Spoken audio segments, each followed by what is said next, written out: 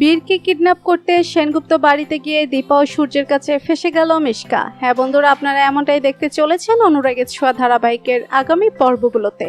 বিস্তারিত জানতে ভিডিওটিতে না টেনে শেষ পর্যন্ত দেখতে থাকুন। সূর্যের কাছে ফেসে গিয়ে বীরকে সেনগুপ্ত বাড়ি থেকে কিডন্যাপ করে মিশকার কথা মতো বহুদূরে চলে যায় ইরা।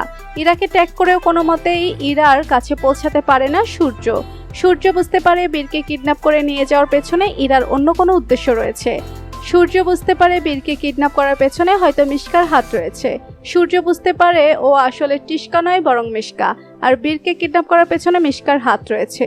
ইরা হয়তো মিশকার কথা মতো বীরকে সেনগুপ্ত বাড়ি থেকে কিডন্যাপ করেছে, আর এবার মিশকা নিশ্চয়ই সেনগুপ্ত বাড়িতে আসবে। কিছুক্ষণ পর দেখা যায় মিশকা সেনগুপ্ত বাড়িতে এসে হাজির হয়। মিশকাকে দেখে দীপা বুঝতে পারে বীরকে কিডন্যাপ করার পেছনে মিশকার হাত রয়েছে। মিশকাকে দেখে সূর্য প্রচন্ড রেগে গেলে দীপা সূর্যকে রাখতে বারণ করে।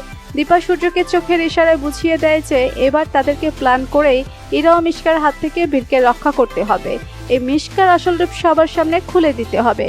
ও আসলে টিস্কা নয় বরং মিশকা, আমরা সবাইকে প্রমাণ করে দেখিয়ে দিব। এরপর মিশকা সেনগুপ্ত বাড়িতে এসে সবার সামনে বীরকে চায়। একের পর এক সেনগুপ্ত বাড়ির লোকেদেরকে মিশকা হুমকি দিতে থাকে এবং বীরকে খুঁজে না পাওয়া পর্যন্ত মিশকা সেনগুপ্ত বাড়িতে থাকবে সেটা সবাই বুঝে ফেলে। দীপা মনে মনে বলে প্ল্যান করে মিশকার আসল রূপ সবার সামনে বের করে আনতে হবে, তারপর ঠিক বীরের খোঁজ পাওয়া যাবে। এরপর মিশকা যখন একলা রুমের ভিতর বসে থাকে তখন সূর্য ও দীপা মিশকার দিকে বন্দুক তাক করে মিশকাকে বলে আসল সত্যি কথা স্বীকার করতে। যদি সত্যি কথা না বলে তাহলে তারা এখানে মিশকাকে গুলি করে মেরে ফেলবে, আর কেউ কোনোদিন বুঝতেও পারবে না যে মিশকাকে এখানে মেরে ফেলা হয়েছে। দীপা ও সূর্য মিশকাকে বলে তুমি যদি বীর কোথায় আছে তা না বলো তাহলে আমরা তোমাকে গুলি করে দেব।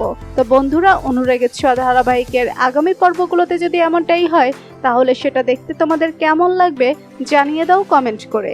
অনুরাগের ছোঁয়া ধারাবাহিকের পরবর্তী আপডেট পেতে আমাদের চ্যানেলটি সাবস্ক্রাইব করুন। ধন্যবাদ।